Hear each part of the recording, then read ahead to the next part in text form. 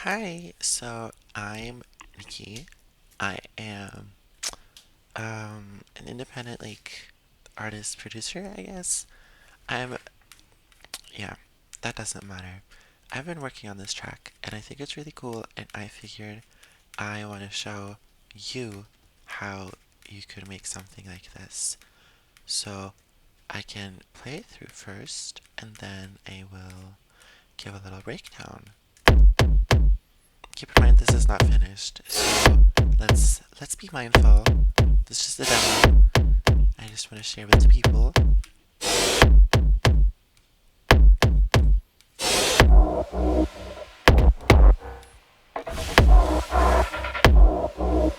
Oh shit, I have the loop on. That's embarrassing. Oops.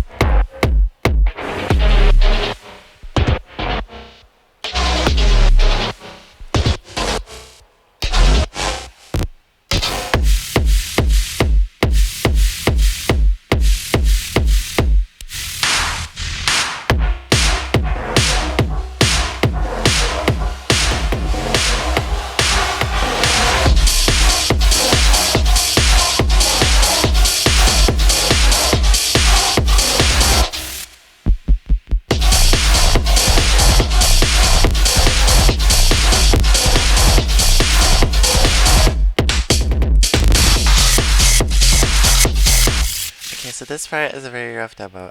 It just yeah, I was just messing with the sound, so this part doesn't count. I mean, it sounds cool, but this is not it right now. Okay, so first, let me walk you through this project. So this is the kick, as you can see. Then we have this secondary kick channel where we have some boops and bleeps here and there. These are here, but they don't make audio, so I don't know why they're there. Whatever. And then this is my synth group, so then I'll walk you through all of it and the sound design. So this is a bass that plays later in the track, at the second drop. It's kind of just there for texture and to fill the mix a little.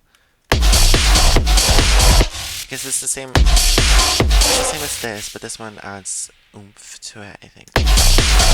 Then we have the second pattern.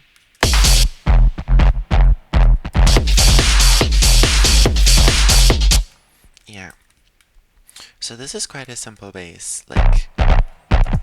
I love to use FM like this to give it with because it's just a sub. Then we have more of a distorted sub layer. And then the realty comes in with this. Yeah. Then we have this envelope. It's going to the transposition to make a kick. And then this also goes to the noise sample to make a transient. And then this also goes to the other sublayer to make it more like a kick. And then this is just an amp envelope for this specifically. And then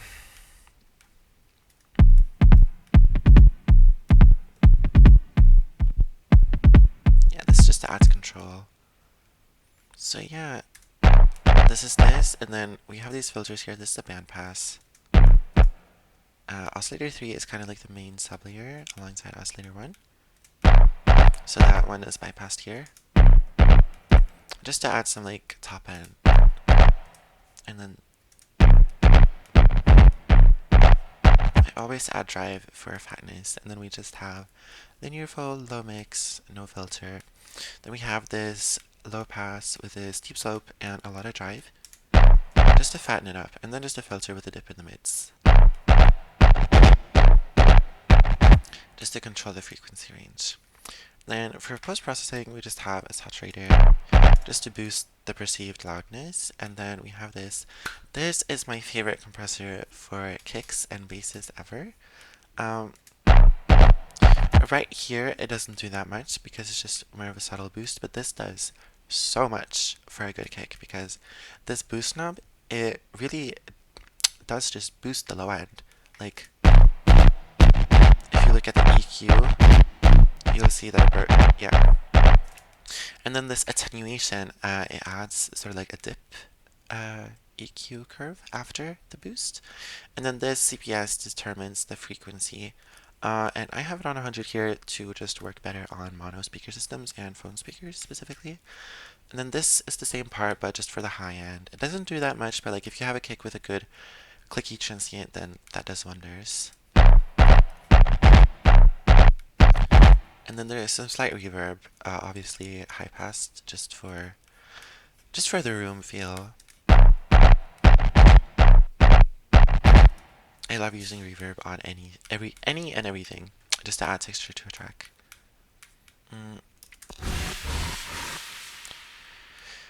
This is just like noise stacked with like organic. This is just like to make it sound very. It's still harmonic, even though it's obviously detuned noise. So there we just like with. It's just a noise that lacks high-end presence. And then this is to add some width, some tickle to the ear. And then this to main layer and octave up. And then we have a lot of effects here. They're mostly just bullshit. The chorus just makes it move more. Distortion is to boost the loudness a bunch, and compressor to give it a darker sound, and then an EQ to balance the curves, obviously, and then a phaser on freeze too. Alright, yeah, it's moving here. This this LFO is going crazy. That's fine. That's just for fun. I think with sound design, it's important to just like do what you need it to do. Like, I thought like, okay, I need a noise layer for this. And I didn't want to just add like a different noise sample here because that's just boring. So I was like, okay, let me make a detuned square saw thing with noise. Yeah, and then this also has a shaper box for sidechain, nothing special. A little compressor to catch peaks and even out the loudness. A little EQ for the mids and boost the highs. Limiter, and then we have a Haas to make it extra super wide. And then just utility to make it more mid again. That's kind of contradictory, but like Haas usually, like, this is basically like, it's the same as a chorus except for the fact that it's just one instance. So you get like a different sound and timbre with it. So that's why it's there. And then it's, yeah. It sounds like there's a delay, but it's just a release. Yeah, and then there's some reverb and some grain delay. Yeah, I'll walk through those later. Now, this is the start of the show.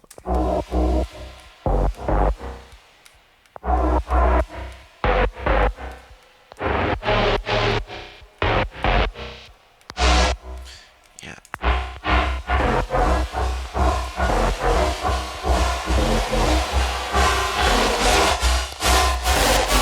There's a lot of grain delay here. It's being sent to a grain delay return track because since this is, if I turn that off,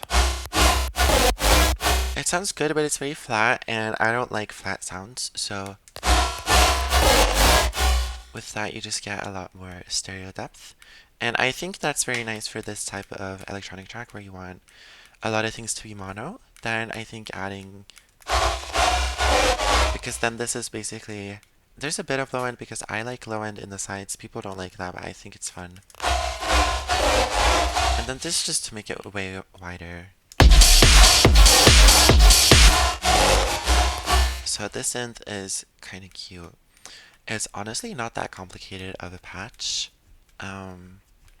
So we have a sublayer for oscillator 1. It's obviously very distorted because of the grain delay and all the effects here. But this isn't like a main bass, so it doesn't matter that much. Then just a slight harmonic top layer, kind of detuned because that's cool. And then this is the start. The patch could be this in all its honesty.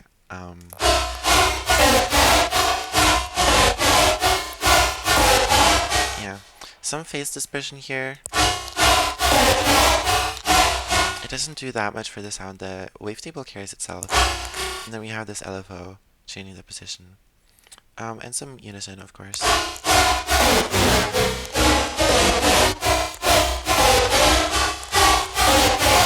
so this frame kind of, it automatically makes itself like pitch bend because, how would you say? Yeah, the wavetable position here basically determines the pitch.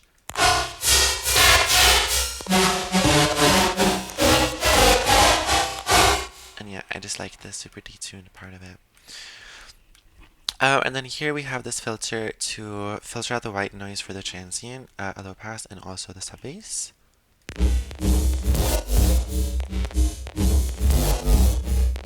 And then we have this band pass with a fat bump in the mids because why not? Just to add some mids here because I feel like mids are very easy to lose in a song because everyone is like, oh, mids make your song muddy. Oh, mids are bad for your track, but like you just have to be conscious of it and not add too much, and then it works really well. So here it is in context.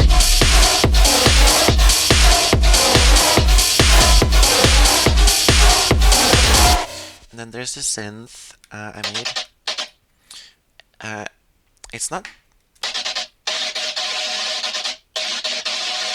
this ARP on chord trigger with a 16th is kind of triggering it. Or it's kind of carrying it, I mean, and then obviously I made the gate very short to give it like, it's almost percussion, but it also has this melodic part to it because it is a synth. So this is in Pigments. I love Pigments. This kind of just came to fruition on its own. I think the wavetable here doesn't matter that much. What matters is the chorus and the compression and the distortion. Like if I turn off the effects, it sounds very...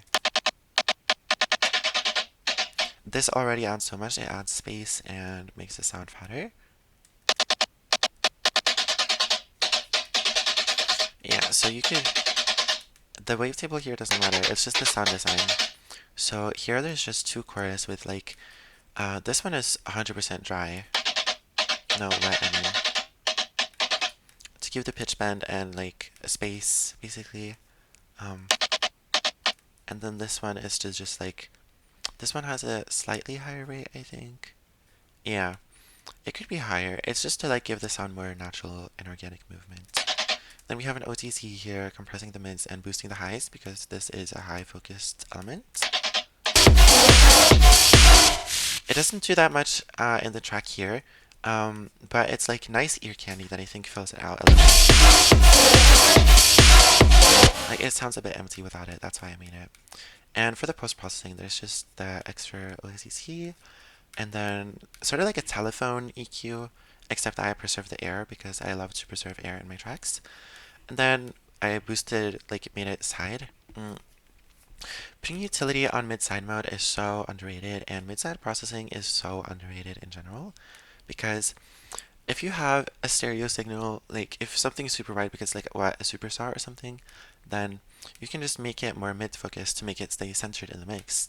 Or if you have a mono element, you can put it in the sides and then it'll be perceived wide, but it doesn't necessarily change the sound, which I love.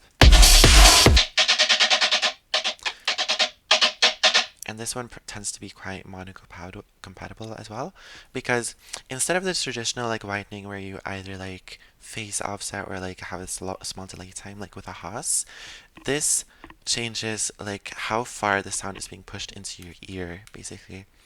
It's kind of the same as this split stereo thing, I imagine, but you have more control over it. Like, if it's 100% side, then it's only being sent to the side, because a mono input or like a stereo input has the mid side, which is the mono, and then you have the sides, which is, it's a different way of breaking it down compared to like just stereo width. It's a bit complicated, I don't know too much about it, but like it works wonders in tracks. And then for drums, there's just this clap. Yeah, this here, I just thought it would be fun to off-put some people. And something I like to do for drums is I made these curves myself just to tame the sound, because without it, it bleeds for longer. And then by not consolidating and keeping this fader curve, I can do like this the regular clap, and then this the clap that plays at the beat transition. Yeah, it cuts there, but what you could also do is like just loop a part of this and like, yeah. I think it's nice to add like a subtle transition element. It adds some impact to the track. Then this is just like just a simple hi-hat, open hat of course. And I just cut this here to not make a lot of like mess in here because this works very nice with the kick.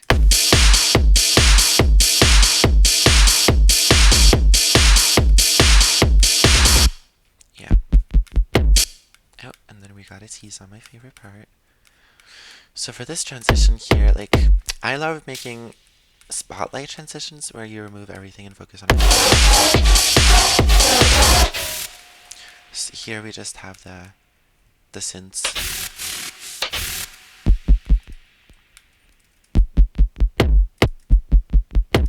And here's just like, this could be a new part where it just like dances about, but then it like, oh, I'm dragging you back to the left, and boom, dead center. I like that a lot.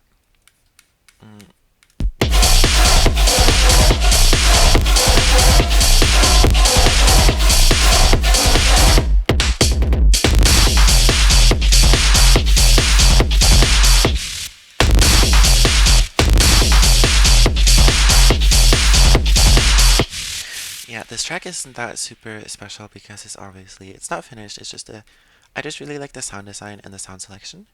And for this type of project where I kind of had this atmosphere that I really was aiming for, I just went with. So I figured like, okay, I want this to be like a dark atmospheric track, which is like super duper hard flipped kick. Yeah, and for this I just resampled the main scream synth and added some extra distortion with Roar.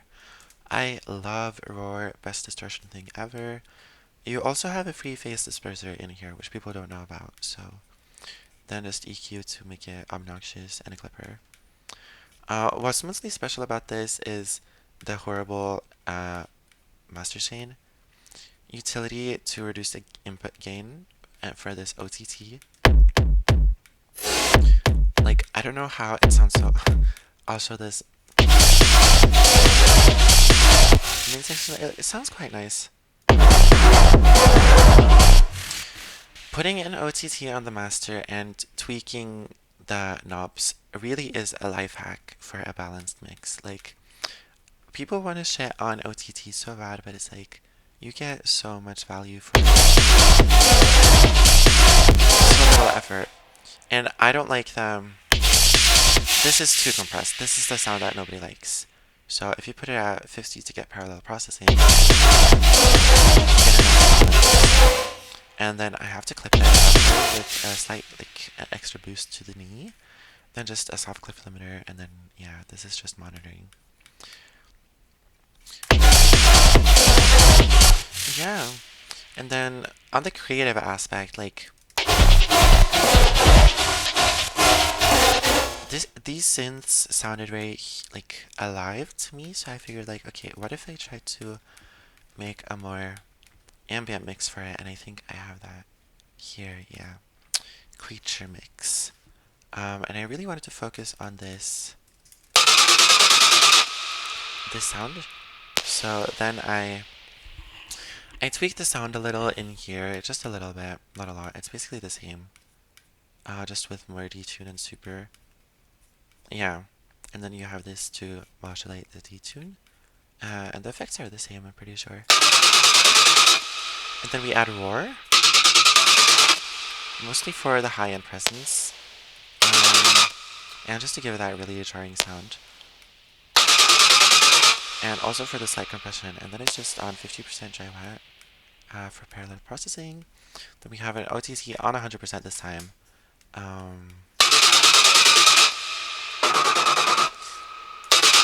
OTT really has a way to make high-end shine. It's just very important to be careful with it because it can be too much, which I think this is too much, which is why I kind of scratched it. And then we have the same telephone curve on the EQ, and then a clipper and another EQ, again cutting the lows. Then I made this new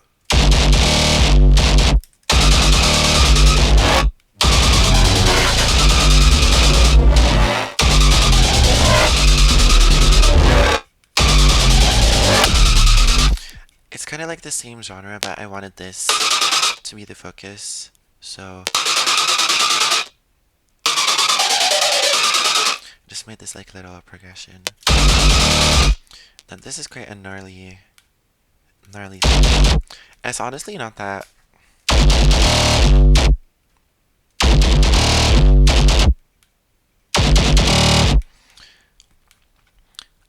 Yeah, there's just the.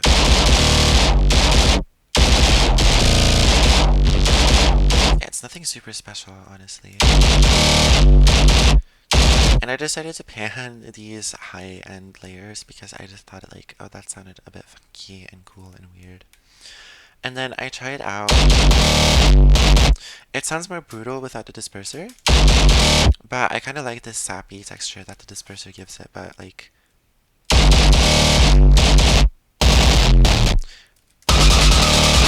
This was very Kavari inspired, the sound. Live, Laugh, Love Kavari. She's one of the best artists out there doing it right now. That's kind of what inspired this kick. And then I just automate the speaker on in the end here.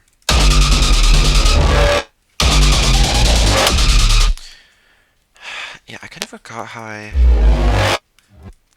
Yeah, I think it's. I can try to replicate it. Let's see here. Oh, that's the wrong sound. Alright, so if we try like that. Just Ableton's work modes do so much for a sound. That sounds kind of gnarly, right? And then go to texture, turn on the flex, turn up. And then you can mess with the grain size. This is like a super nice production tool. Yeah, I don't really know how I came to that sound.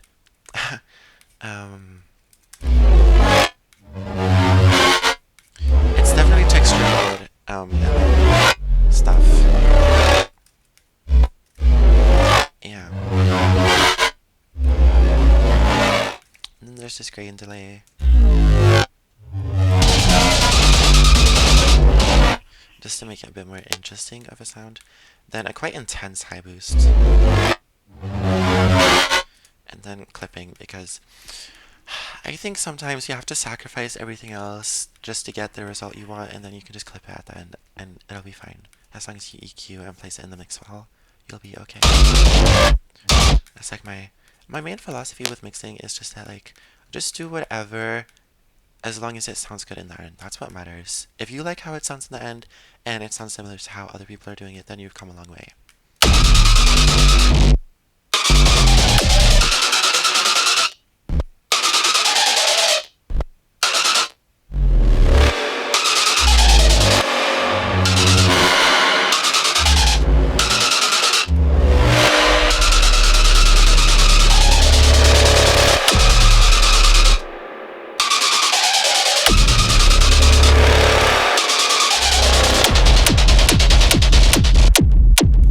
Disperser on this kick as well. I honestly love disperser. Like, that's such a. So if you go into Roar and set the routing to single, and then don't mess with the drive, turn off the shaper, then just go into filter on disperser and mess around here. It gives you these really nice and sappy kicks. And then yeah, we have an EQ there boosting the low, boosting the high, and another boosting the high. You can do unconventional things as long as it sounds good. It doesn't matter. Like, nobody who listens to a track you release is gonna ask you to see your project file and see how you mixed it. Like, just do whatever, and if it sounds alright, then perfect. And this is the same bass. Yeah, it's the same bass as before. With dispersion, obviously.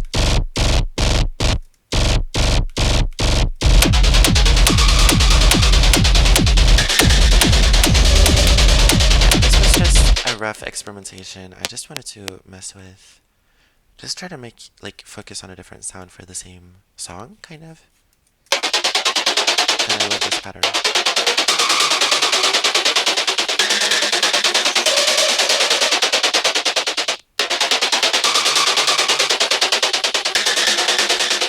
I love using ping pong delay. I love using ping pong delay, and here it's being. Oh, it should be side chaining, but it's not. But that doesn't matter because it sounds good. And if you set it to feedback 0, then it's just gonna play in each ear once. And then what I find is that if you want something more funky, you can play with these delay times, and then you get very interesting results and rhythms.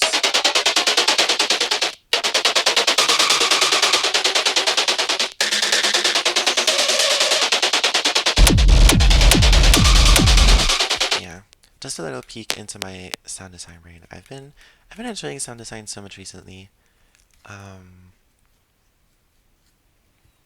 Like, let's see, where's some other sound design? Here. Oh, this is very sound design. I love this. So I first need to walk you through my process for this.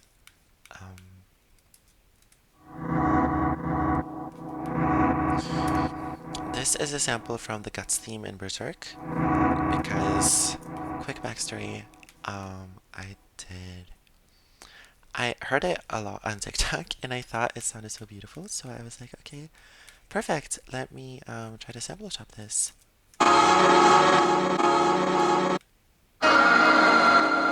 That's not the focus here. I love this sound so much, and specifically the sound in the delay. Hello? Oh, that's the wrong delay track.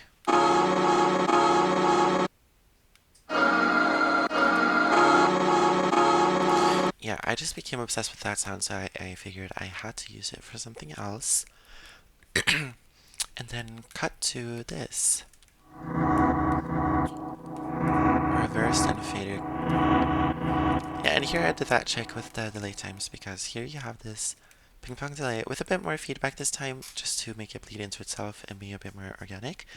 And then modulating this, because if you turn it off, 1933, I think it becomes very static, and sometimes you don't want this static algorithmic sound to something. You want it to be more organic, and that's where that comes into play. And this has quite a nice chain. There's a grain delay here for width, glue compressor to smooth out the signal, saturator for perceived loudness, utility for mix balance and a bit more side signal.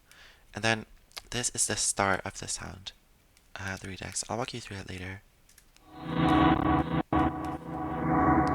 And here I'm messing with the delay speaker on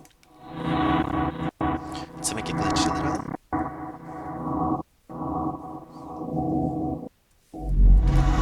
I love cutting to silence for stuff, like it's so nice.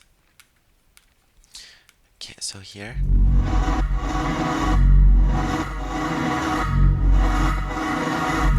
This is just like, yeah. And then I wish I could solo this track so you could hear how beautiful it is, but it doesn't work because it's messing with Ableton's routing. It's just a spectral resonator. Yeah, it's some reverb, the same redux, and some mid-side processing. I absolutely love the spectral resonator. If you have not played with it, even better. So the main components here are, first, you always want to turn on scale aware mode if you want it to be like this sparkly sound, and then you have these modulation modes. Chorus is a bit intense for me most of the time, so I like Wander because it's basically like a slow flange. Super nice. And then I usually set it to internal because then you get these. So what spectral resonator does is that it takes peaks of the frequency spectrum of the sound and it just draws them out, and then you have full control of them here. So LF and HF damp just control the amount of like how long the frequency range will last. So if I mess with the HF damp, then the high frequencies are gonna be dampened faster. Then some slight pitch modulation. Very important for anything more artistic, I feel like. Pitch modulation gives everything character, so always do that. And then this semitone shift here, um, yeah, so these shifts are kind of different. This shift is very scale aware and uses semitones, of course, but this, oh, never mind. This shifts the entire spectrum. And I prefer this one a lot of the time because you can get way more interesting sounding chords than if you just use your stereotypical scales. I think getting comfortable with inharmonics and dissonance and not always following theory to a T is very nice. I'm no expert in music theory, so I always go about and tune things by ear and just make all my sounds just by listening to them and how they sound um, in collaboration. And I think it's way more beautiful, honestly. It gives you like a way more handcrafted feel. Obviously, music theory does so much for good music, but sometimes the the ignorance of an amateur really adds a lot of beauty to something, you know? Yeah.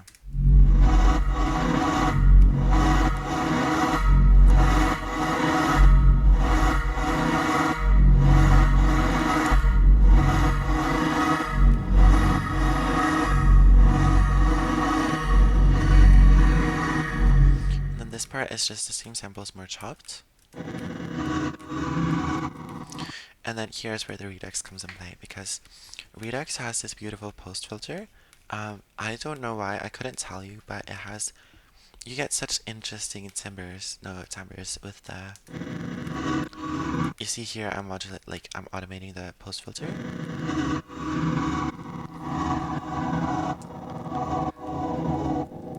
And it is basically just like a high pass, but it sounds so much more no, a low pass I mean, but it sounds so much more interesting than a low pass.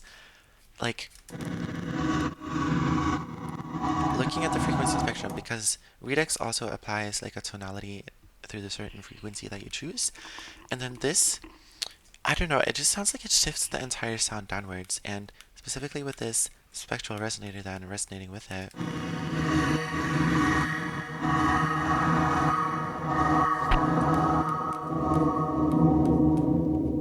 Yeah, it just sounds jauntingly beautiful.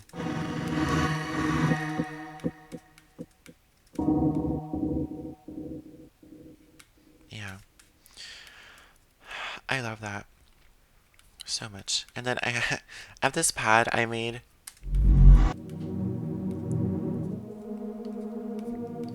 It's quite a nice sound, like it kind of reminds me of some Michael Levy sounds, but I don't know how to write chords, so it's very out of place. So she's on break until further notice. Like, these sounds are very somber in and of themselves, which is what I want, but it doesn't work in conversion because I don't know music theory. It actually kind of reminds me of Family by Björk. This specific chord here, if I can play it.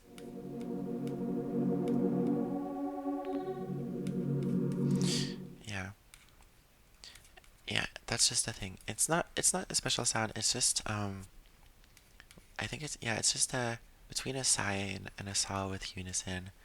And then this LFO is modulating the FM amount, just like the tiniest bit, and the same for the fine pitch. Yeah.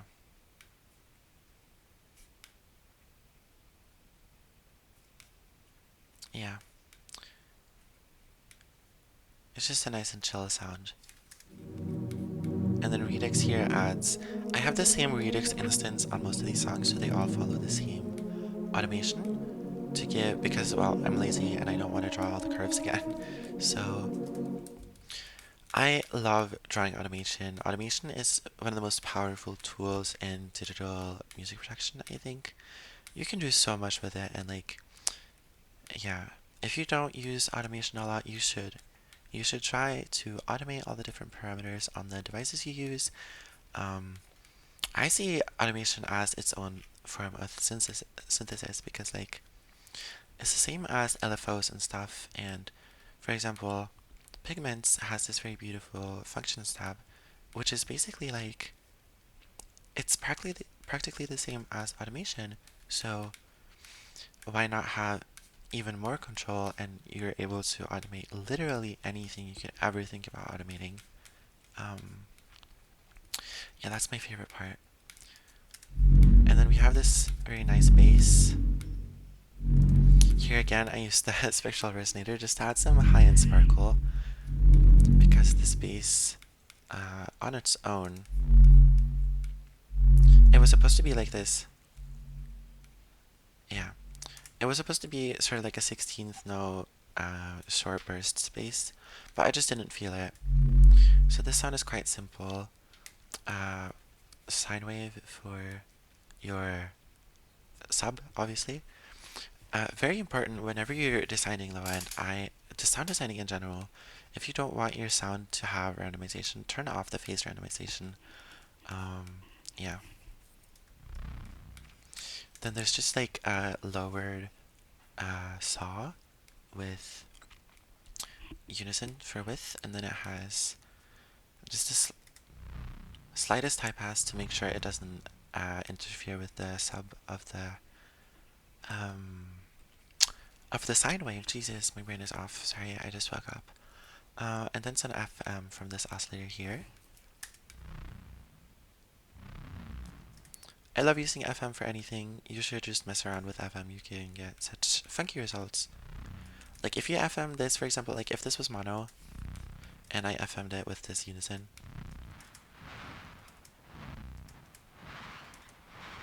like very latex. But anyway.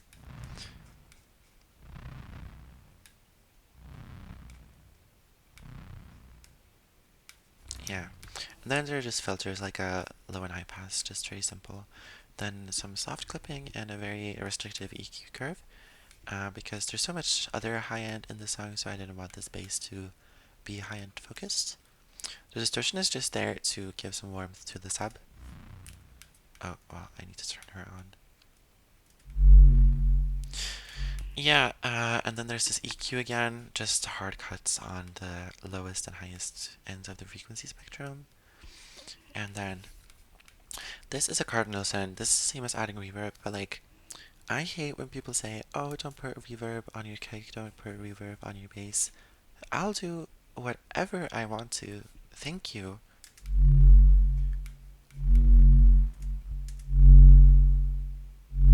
This grain delay adds some beautiful, like, webby, resonant quality, and it also makes the sound wider. And then, like, you could either just turn on bass mono if it's such an issue, but then you can get phase interference since it's such a low frequency here. I think this is playing, it's playing at F sharp 0, so that's very low bass frequency. That's like 30 something hertz.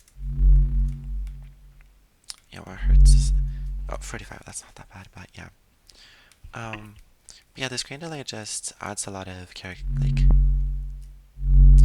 life to the sound. This sound, like these tracks are already very vibrant and fluttery, so I figured the bass could be the same. And to just make sure that it's still somewhat mono compatible, you just add a DC from the utility.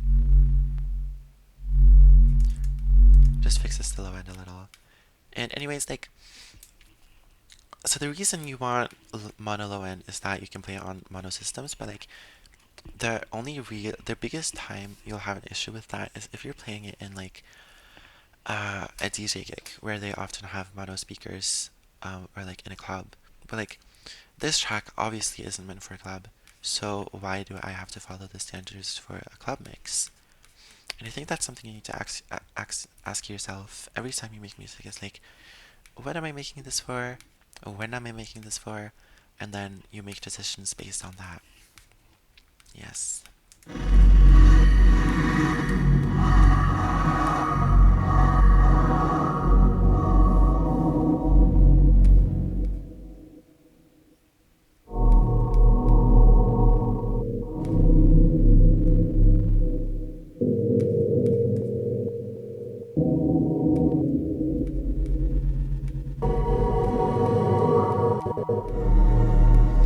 This sound is the most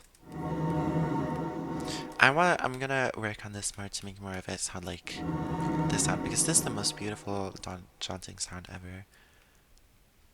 Yeah. Like especially coming after this.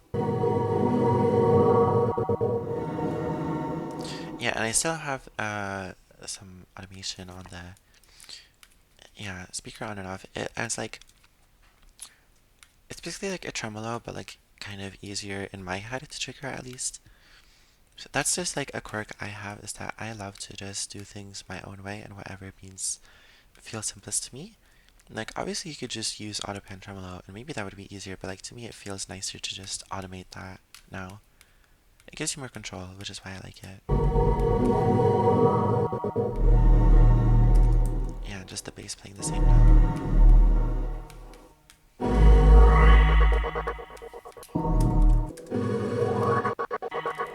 Yeah, that's just the sound of the Redux filter opening a little. Just a very cute and nice sparkle.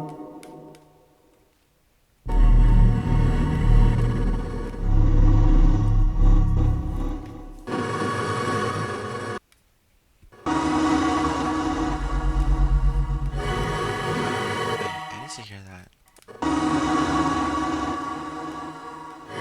That sail is beautiful.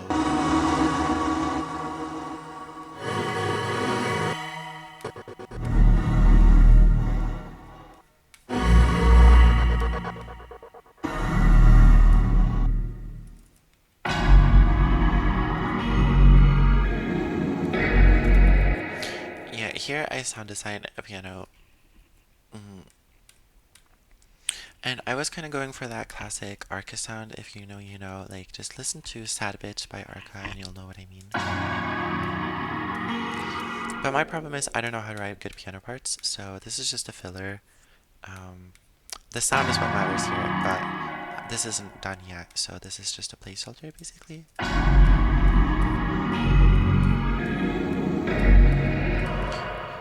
And then this is basically the same as this earlier part, but I have this different synth pattern, and then yeah, this, and then I just have the Redux filter less open to balance it out. Yeah. I think the highlight of this track is definitely this entire section. It sounds very. It sounds like a radio transmission coming from a deep sea cave, and I think it's quite beautiful. I imagine this is what death sounds like.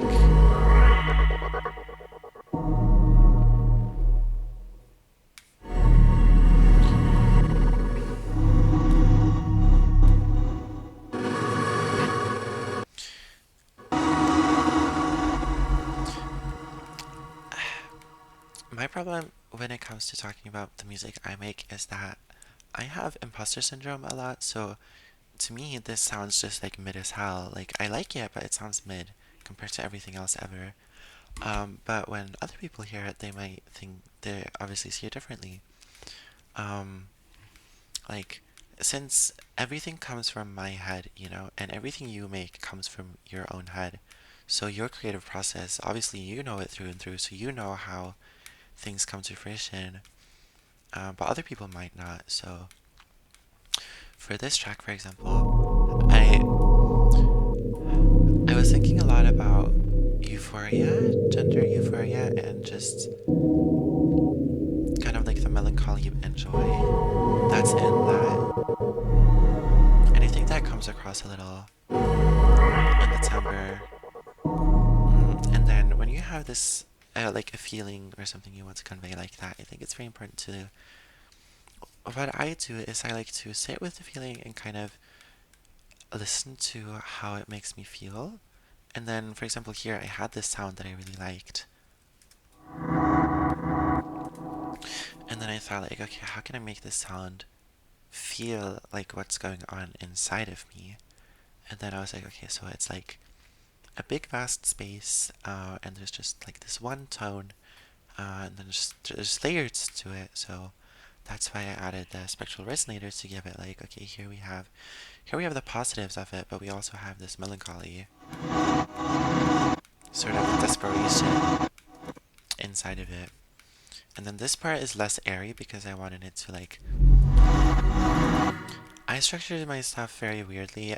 Like this is just like an intro to introduce you to the sound, and then we have this part to introduce you to like, okay, here's one part of the failing, and then it breaks down into another universe. Like, this is another room. This is a phase shift. This is a transition, quite frankly. And then here we enter this hollow soundscape almost.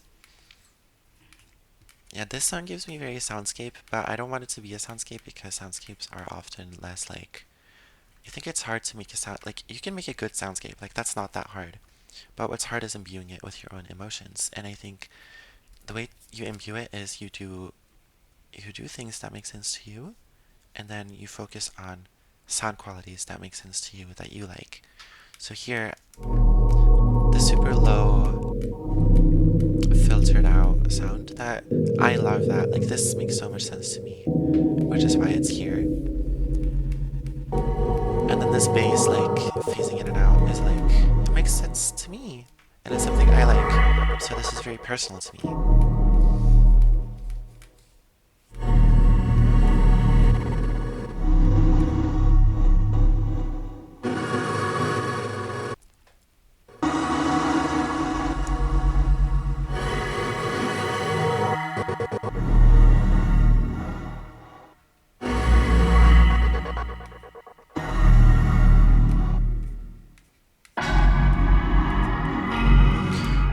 This part sounds horrible. I don't know how to write piano. Like, I only listen to some good piano pieces and I try to copy, but like, writing good melodies and piano is like hard.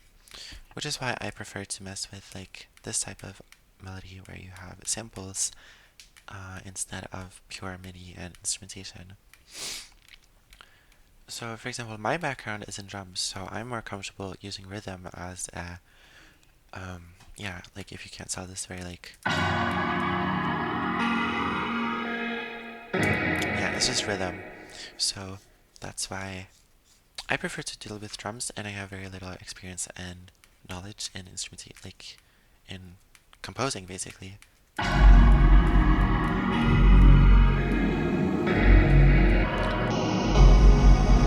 But that's why I asked a friend who I know is very good with piano if she wanted to help me write a good piano part. So we'll see if that happens. If not, I will just, yeah. If you ever struggle with inspiration, either ask a friend. Like, asking other people is such an eye-opening thing. Like, I asked my friend, like, okay, this section, I love it, but like, it feels so empty. And then she suggested, like, okay, make a pad. So I was like, okay, wait, pad, that's kind of nice. I didn't think of that at first. This is not like something I'm satisfied with, but like, it's there. And that opens up a new window of possibilities. Yeah. I want to show you guys this other thing. Recently, when I've been working on music, I've been focusing a lot on trying to I just do whatever I want to in the moment. So this track here was very much me wanting to get something out, and that was like, I've been listening to this guy called Omar Hound a lot, and his sound is very like strangely mixed and strangely mastered. And I think there's a beauty in that, and I wanted to emulate that, but like in a very digital sense. So, okay, ear forming, watch out.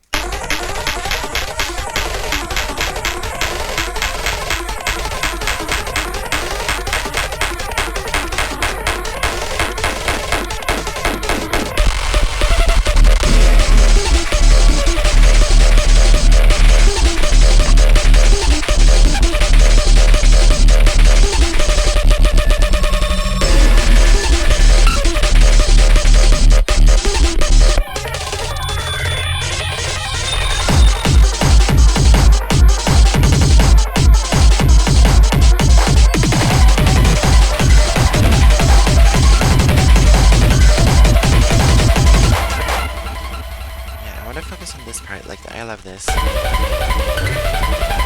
It's actually a kick sample, but this is like a hard tech kick, right? So it has that very gnarly transient. And it kind of sounded like a very nice pluck, like an RP pluck to me. So I was like, okay, let's arpeggiate it.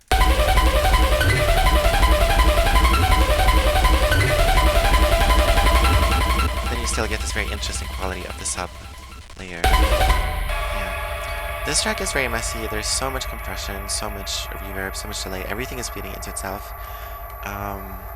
A lot of the time you wouldn't want that, but I think sometimes it's beautiful, and if you use it consciously, then it's nice. And then we have this counter arp, which is supposed to just be a bit more... to be a bit dissonant, because this, like, when I heard this song in my head, I was like, okay, this needs to be, like, a bit off-putting, which I think it is.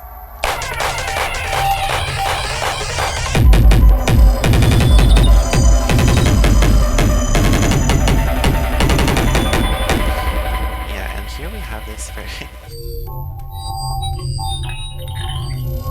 very beautiful sound I found in a sample library I have. Then I just added some grain delay limiting and autopan.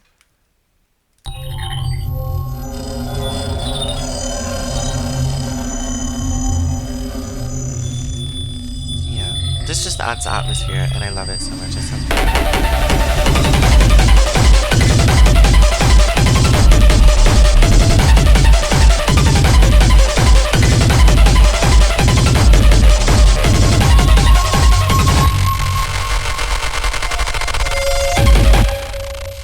This sound.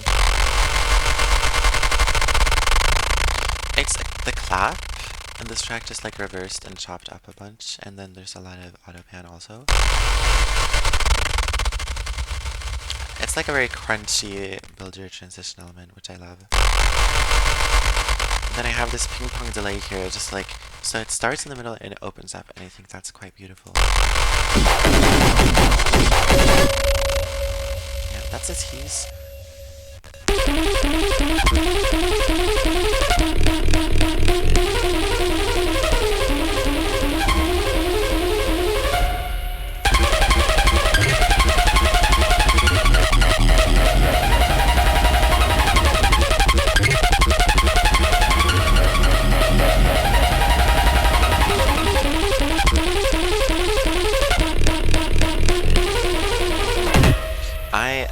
I love arpeggios. Arpeggios are so interesting in music, and I think if you struggle to write melodies, you should definitely focus on trying to use arpeggios, because I do not know how to write a good melody. I don't know how to write that for my good life. But writing a good arpeggio is quite simple. You just need to like... It's just about listening to which sounds like which notes are good together, and then you just have to add some ear candy. Get this reloaded. It works, but it's like, I love this drum. So,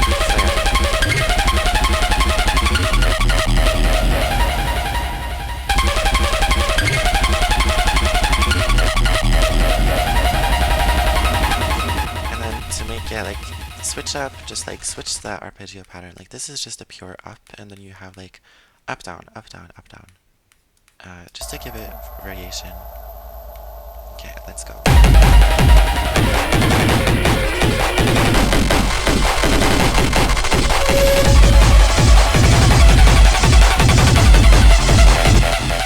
So, before anyone judges, this is very rough. This is just a demo. And I just wanted to get this feeling out of like a very living digital landscape. So that's like the only thing I was thinking about when working on this.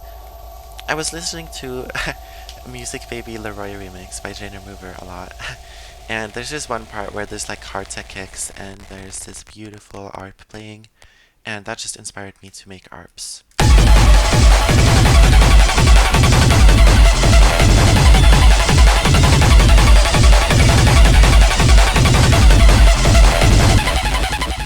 And I'm pretty sure, yeah, we have a key switch in here, so I just tuned everything up to semitones. Just like...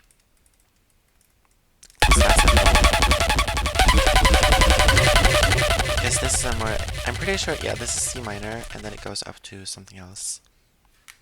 Like what, instead of C, it's D minor. I don't know music theory, don't quote me on that. Just, I love key switches, and sometimes it's fun to do.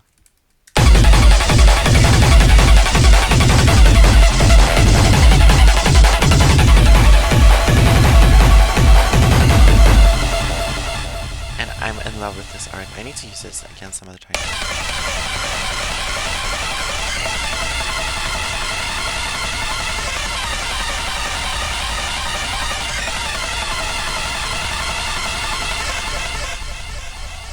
Yep. Then, oof, this master. We have a Redux. Yikes. 2 OTTs. Quite a nasty EQ. Limiting and this monitor, yeah. If I turn all of this off, OTT saves a lot of bad mixes. Like, don't be shy to use OTT if you're a bit lazy to mix. Just know that it's gonna compress and kill your dynamic range. So sometimes it works, but sometimes it doesn't. Like, for that underwater song sound thing, I don't use compression because, like, well, she needs dynamic range, and you can't get dynamic range if you OTT everything. So be very conscious. Yeah, honestly, I think that's it for me here. I've been making music a lot for the past 2 years, and I love making music. It's one of the most fun things I get to do in my spare time. Um, and I feel like sometimes I have something I want to say, and I was just really inspired to talk about my music. I don't know where this is gonna end up, and I don't know if anyone is gonna see this, but it doesn't matter because this is just for me. This is for my own satisfaction, and I think a good way to reflect on your own music is to talk about it. Like, I have a lot of friends that or I have some friends that are getting into music production that don't know a lot about it, and then I sell myself to them as like, please let me teach you Ableton, because like talking about music is such a good way to learn, because people who don't know ask so many good questions that help you think about like, oh, what is that? Like, what does that mean? What does that do?